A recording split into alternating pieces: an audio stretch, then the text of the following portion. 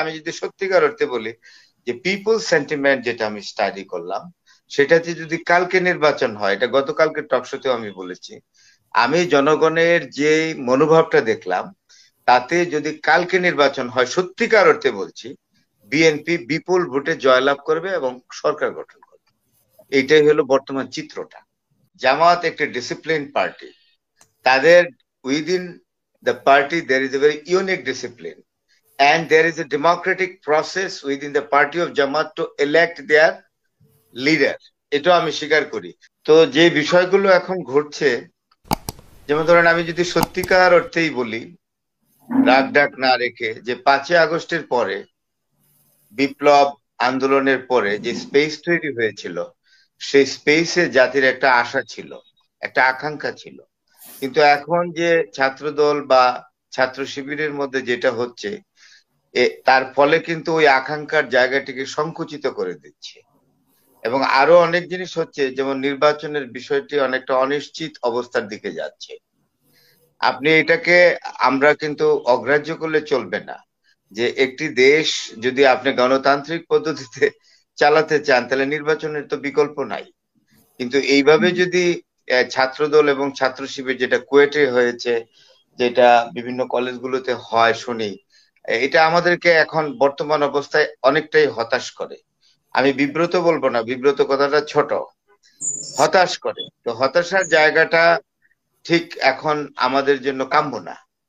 আমাদের জন্য কাম্য হলো সংস্কার চলছে।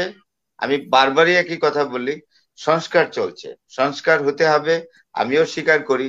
কারণ অনেক কিছু সমস্যা হয়েছে এই বেশ দুই দুই দুই আড়াই দশকে, অনেক কিছু সমস্যা হয়ে গেছে। সেইগুলোর যদি আরো প্রথম দিক থেকেও যে সমস্যা ছিল না তা না, বাংলাদেশ হওয়ার পরেও থেকেও যে আমাদের প্রবলেম ছিল না তা না, সেইগুলোর উপরে হাত দিয়েছে। সংস্কার হচ্ছে, সংস্কার হচ্ছে আপনার সংবিধানের সংস্কার হচ্ছে, প্রশাসনের সংস্কার হচ্ছে, জুডিশিয়ারিতে সংস্কার হচ্ছে, আরো অন্যান্য দিকে ব্যাংকিং সিস্টেমে, ফিনান্সিয়াল ইনস্টিটিউশন গুলোতে, সবকিছুতেই পলিসি আসছে নতুন, যেটাকে আমরা সংস্কার বলছি। কিন্তু প্রশ্নটা কিন্তু ওই জায়গায় যে নির্বাচনটাও কিন্তু দিতে হবে। সংস্কারের আমি কিন্তু একবারও বলিনি যে সংস্কার আমি চাই না, অবশ্যই চাই। বাংলাদেশ এখন যে অবস্থায় আছে, নির্বাচনের দিকে আগাতে হবে, সংস্কারের দরকার। কিন্তু সংস্কারে যদি আমি হাত দেই, সংস্কারের সময়টা যদি একেবারে অনেক দিন হয়ে যায়, তাহলে নির্বাচনটা কখন হবে? আমি যদি একদম সত্যিকার অর্থে একটি কথা বলি, আমি বাড়ি গিয়েছিলাম, গ্রামের বাড়ি। তো গ্রামের বাড়িতে গেলে গ্রামের মানুষ কিন্তু এখন পলিটিক্যালি শহরের মানুষের চেয়ে অনেকটা সচেতন। তার কারণ আমি বলবো, শহরের মানুষ কিন্তু কর্মে থাকে, বিভিন্ন পেশাজীবী মানুষ চাকরি বাকরি করে, অফিস আদালতে যায়, ব্যাংক বিমায় যায়, চাকরি করে। তারা কিন্তু অত রাজনীতির আলাপ করে না। কিন্তু গ্রামে কিন্তু একটা স্পেস আছে। গ্রামের মানুষ শহরের মানুষের মতো এত ব্যস্ত না, তো তারা আলাপ আলোচনা করে। তো আমি এক বেলায় বাড়ি গিয়েছিলাম, আমার বাড়ি তো বেশি দূরে না, আমার বাড়ি হলো ব্রাহ্মণবাড়িয়া। আমি দিনে গিয়ে দিনে আসতে পারি, সকালবেলা রওনা দিলে একেবারে সেখানে সকালে গিয়ে নাস্তা খেতে পারি 9-10টার দিকে, 9টা সাড়ে।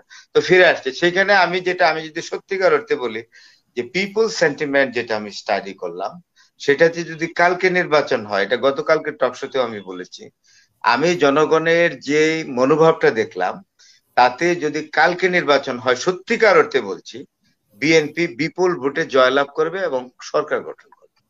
এইটাই হলো বর্তমান চিত্রটা। এতে যদি আমাকে কেউ কিছু মনে করে, তা আমার কিছু করার নেই। আমি যেটা দেখেছি আমি সেটাই বলেছি। আমি মানুষের সেন্টিমেন্টটাকে যাচাই করে বলেছি।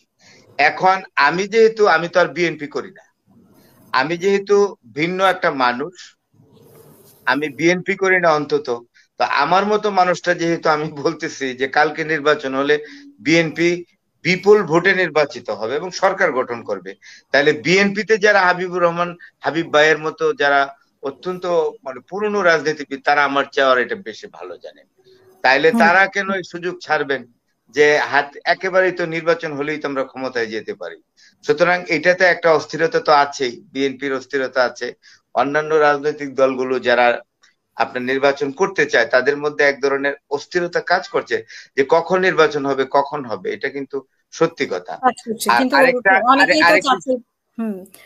অনেকেই তো জামাতের মতো অনেকেই তো চাচ্ছে না নির্বাচন, যেমন ছাত্ররা চাচ্ছে না, তারপরে জামাত চাচ্ছে না, হ্যাঁ, তারা চাচ্ছে যে জামাত সংস্কার বা স্থানীয় নির্বাচন। জামাত একটি ধন্যবাদ। জামাত একটি ডিসিপ্লিন পার্টি। তাদের within the party there is a very unique discipline and there is a democratic process within the party of Jamaat to elect their leader. এটা আমি স্বীকার করি, কিন্তু হাবিব ভাই কিন্তু একটি কথা বলে গেছেন, এটা লক্ষ্য করেছেন কিনা জানি না। আমি আজকে বলি, আমি খারাপ ভাবে জামাতকে বলছি না, আমি বলছি এই জন্য যে জামাতের যে প্রতিষ্ঠাতা সৈয়দ আবুল আলা মওদুদী, ওনার জন্ম হায়দ্রাবাদের বুরহানপুরে, যেখানে মুঘল সম্রাট আওরঙ্গজেব চিরনিদ্রায় শায়িত, কারণ তিনি শিবাজির সাথে যুদ্ধ করতে গিয়েছিলেন, অর্থাৎ মারাঠাদের সাথে যুদ্ধ উনি শেষ করতে পারেননি। এন্টায়ার রয়্যাল ফোর্স নিয়ে উনি দাক্ষিণাত্যে অবস্থান করেন, কিন্তু মারাঠাদের দমন করতে পারেননি। তিনি আসেন অনেক 24 বছর দিল্লি থেকে উনি দাক্ষিণাত্যে ছিলেন। উনি যখন মারা যান তখন ওনার লাশ সেই দাক্ষিণাত্য থেকে দিল্লি আনা অনেক জটিল ছিল, অন্তত 1.5-2 মাস লেগে যাবে, তখন লাশ সংগ্রহের ব্যবস্থা ছিল না। তাই উনাকে বুরহানপুরে, এই যে জ্ঞান তাপস এবং আপনার একজন আউলিয়া দরবেশ বুরহান উদ্দিনের কবরের পাশে উনি চিরনিদ্রায় শায়িত আছেন।